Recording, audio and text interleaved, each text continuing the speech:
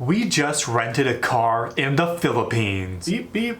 Let's see how it went. Renting a car in the Philippines was something we didn't know if we would ever do. It was a little bit of a scary thing for us to think of because the traffic here is the worst in the world. Sorry. The rules of the road seem non-existent. So getting into a crash in the first place is a possibility, and then having to pay for the rental car after you crash it is another negative. And not just worrying about other people on the road, also the road quality is not always the greatest, especially in provincial regions, but Manila also. We figured the best place to try driving in the Philippines would be on a small island in the Philippines. After going to Camigan, we were like, we can drive here. These roads seem fine, it's not that busy. We might be able to do this. So Siquijor, very, very similar to Camigan in size and busyness. We decided to just go for it. And in this video we're going to be talking about our experience renting a car and driving a car in the Philippines. Well, you didn't drive.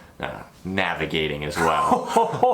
Siquijor is a very small island with very few rental car options, so we found our rental car from a local company on Facebook for 1,700 pesos a day. There's different options, but with negotiating and going through different companies, 1,700 was about the best price we could find for an automatic. We got our hotel delivered to our We got our car delivered to our hotel. The next morning we arrived in Siquijor and did a nice little car tour. We rented a fracking car. We'll see how this goes. This is the first time on this channel we're doing a car review. Deployable antenna? It's not. It's just right there. It has a clicker, then you can't see the buttons. Oh! Very high quality dents and paint chippage. Hey, we don't have to worry about damaging this thing now. It's got a bumpy, naturalistic, texturized outer finish. With portable and liftable windshield wipers. Oi! Adding to the naturalist. Hello, sir? He just minded his business. Adding to the naturalistic design, we have a nice bug guts and possibly bird droppings. Oh, they also added the ridged textile here. That's pretty epic. The canyon design, they call it. Utah Canyon. Yeah, we got a rental car. I mean, it wasn't too expensive. Based off how much we spent just on tuk-tuks and Panglao in one day alone, this would have been cheaper. But we would have had to drive, I guess, so. But we got it in Siquijor specifically because we thought this would be similar to Camigan, and the roads in Camigan seemed fine enough for us to drive. So why frackin' not try it here? Next stop, Manila. Edza? All right, let's check out the interior. But first, let's throw our bags in the trunk. Foreign trunks are always scary. Whoa. There's a canyon. Looks like they've made use of the spare tire. Uh-oh. A little rusty. It can't be any dirtier than the boat, right? Or our taxi on the way to the airport? I don't think so, right? Yeah, we had a cockroach and a taxi on our way to the airport in Manila. Help. So fracking unlocked it. Did it relock itself? Toyota. Whoa! I hope this thing runs. It's definitely not in the best shape. It's not the cleanest rental car we've ever received. I guess we don't have to worry about cleaning it when we return it then. Oh, yeah. Oh wow, you really dipped down that thing. Show the dippage here. I'm ready for an adventure. Is this an AUK? There's an SD thing. We can watch our videos. All right, you ready for this? It's time for epic pimp Wego montage.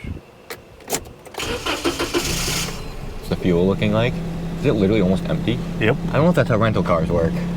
We will return it empty. I don't care if we're done driving, I'm gonna drive it in a circle until it's empty. The AC works. That's good.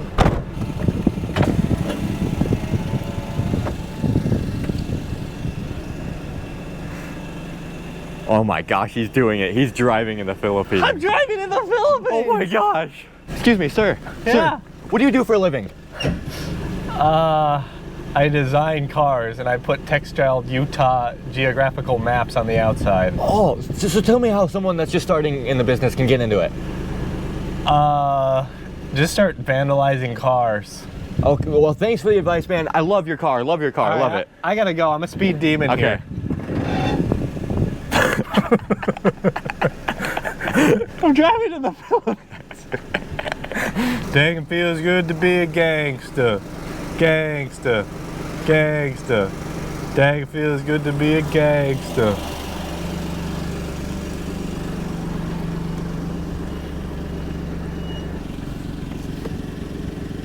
I think that's the road trip for today, guys. I'm done. We're gonna return it. We're out of gas anyways. We're out of gas. So, an interesting condition on the car, but how was the condition of the driving? I'll leave this all up to Tyler to talk about his experience driving. Because you didn't drive, you just left me hanging. Driving in the Philippines is an interesting task. We have never drove with that many motorcycles on the road before. Once again, you said we. I was the one to Sorry. First of all, as you saw, the car quality wasn't the highest, so the gas pedal was a little touchy. As in, I had to push it really far down to get it to go, but also the brake, I also had to push really far down, so it was hard to gauge how hard I had to push every time, so it resulted in a lot of... And when there's dogs and stuff running in the street and people braking a lot, you have to... That happens a lot. And the brakes were nice and squeaky, as you heard in that clip. Not only was there dogs running across the road, also chickens. Oh, are you kidding me? And goats weren't in the middle of the road, but they were pretty dang close. So driving from this small little local road on some local neighborhood where the hotel was, pulling out into the street for the first time was interesting. You never know. It's because viewing from like taxis and such in the Philippines, it seems like when there's a busy street, especially once we got into the town of Siquijor, there isn't like right of ways, or else there's one stop sign and the traffic will just flow continuously. So you kind of have to just go for it slowly and just hope they stop and hope they're not on their phone. So the being on the phone thing is the scariest, because we see people just on bikes with an entire family on their phone. That's dangerous. It's not good. Driving to Siquijor, which is the like main city on the island, was fine. It was just nice. You know, there's some bikes and the bikes would drive really slow for some reason. So at first I was like, oh gosh, I need to pass these people because they're going so slow. It's gonna take us all day to get somewhere. But I'm scared because other people just fly down the road. I didn't know if I was supposed to go like beep beep, but the horn on our car also didn't work that well. I had to push it down really hard and then it would go eh. So I would just blinker really fast around them. It was scary. Usually the bikes are pretty good about riding the right line once they realized there was a car behind them so that you could pass, but sometimes they just be right in the middle and then you have to go all the way over around. Yeah, the right line. The road isn't that wide. It's probably about as wide as this room, which is about this much wider on both sides than a car. You can fit 2 cars on there, that's about it. Getting into the city, like I said, it's really a free-for-all. You just gotta pull out in front of people and hope they stop. The one big thing to notice is the visibility on intersections is atrocious and people don't fully stop for the intersections. So you have to be very cautious. Which is why people always do the beep beep. And I mean, we didn't crash into anything, so apparently it worked. Whenever it's an intersection like that, there's like an X over the intersection in the middle painted, which implies that that's the intersection. And then just on the navigation side of things, looking at the map and guiding around is very different than the typical US or Iceland trip we had road tripped in the past, because those are very blocky roads and it's pretty clear usually to tell which one you're turning at, or in Iceland's case it's just a circle road with one road every like 10 miles branching off of it. This time there's a little bit more of a windy, weavy thing going on, and sometimes you'd see a road on the map as Tyler's driving by. I'll look over and it's just like a gravel patch and I'm like, oh, that's a labeled road. And then sometimes it's a labeled road on the map and it's just a straight highway through the mountains. Given that, if you are driving, one thing to note about navigation, if you see a road that cuts through, it might not be a shortcut. Driving off of the main circle road on Siquijor too, going into the mountain roads, things would get a lot curvier. The roads would go on inclines like this at some points. The curves would be almost like completely around. It would change from pavement to gravel to very chunky half gravel, half dirt on a dime. And once again, dogs, chickens, children, all over the place. If you basically take away the dogs, chicken, and children and make the road a little bit wider, I would say it's somewhat comparable to some of the roads near national parks in California. But even then, it's a different experience. Yeah, that one, I don't know if we have any footage of it, but there was one road which was like, it was in California. It was not really like a real road. It was like a farmland road out the back end of a national park. That was the only one that I would compare Yeah. driving in the Philippines. It was somewhat similar to when I drove in Bosnia with like how skinny the roads were and how the pavement was questionable. In Bosnia, it never really turned to gravel, and in Bosnia there was more semis on the road, which was scary. These mountain roads, I mean, this is how you get to the views of Siquijor, was going on these mountain roads, and sometimes they would turn into gravel or turn into dirt, and you'd be able to get up it fine, but eventually when it turned into the half pavement, half dirt on a hill, you'd be like, ah, shoot, I guess we're not gonna make it in our little Wego up here, and we'd have to turn back. Keep going, keep going, keep going, keep going, keep going, keep going, keep going, keep going, keep going, keep going. Okay. You good? Dang, it feels good to see you later. No! Wait! Also, the Wego randomly, when we were going up a bumpy road, just applied the parking brake by itself while we were driving. So not sure how exactly that happened, but that happened. I'm guessing it was a pothole and a very loose parking brake, and it went pop, and then it started running very strange. And yeah, so basically this is an experience of a very like not too populated island and a very cheap car, and it's just, you put those two together and you have parking brake malfunctions. One thing that was also unique to our experience driving in the Philippines was, I don't know exactly the reason, maybe it was just because the turns were so covered, but we turned around a lot. We turned around more in the 3 days we rented this car than any other road trip we've done before. Just like right in the middle of the highway, we turn around. Why not? Highway, if you call it that. There was just so many times where we would be driving and I'd be like, and you'd be like, okay, it should be coming up soon, and then we would fly by something and I was like, is that it? And you're like, yep, that was it. And so we'd be like, oh, here we go. But in the end, the cheapest car in Siquijor got us up almost every mountain road except for one of them that we could not make it. Maybe we could have if we would have went balls to the wall. We could have, maybe a little bit of damage to the car, but they wouldn't have noticed anyway. No, we made it. We went to the highest point in the whole island. We went through the middle of the island, around the island, on dirt roads, 2 waterfalls. We made it. One final thing to mention was the gas prices here. I believe we spent 1,700. Yeah, 1,700 to fill up the entire tank. We used just about all of it. We still had like a few bars left.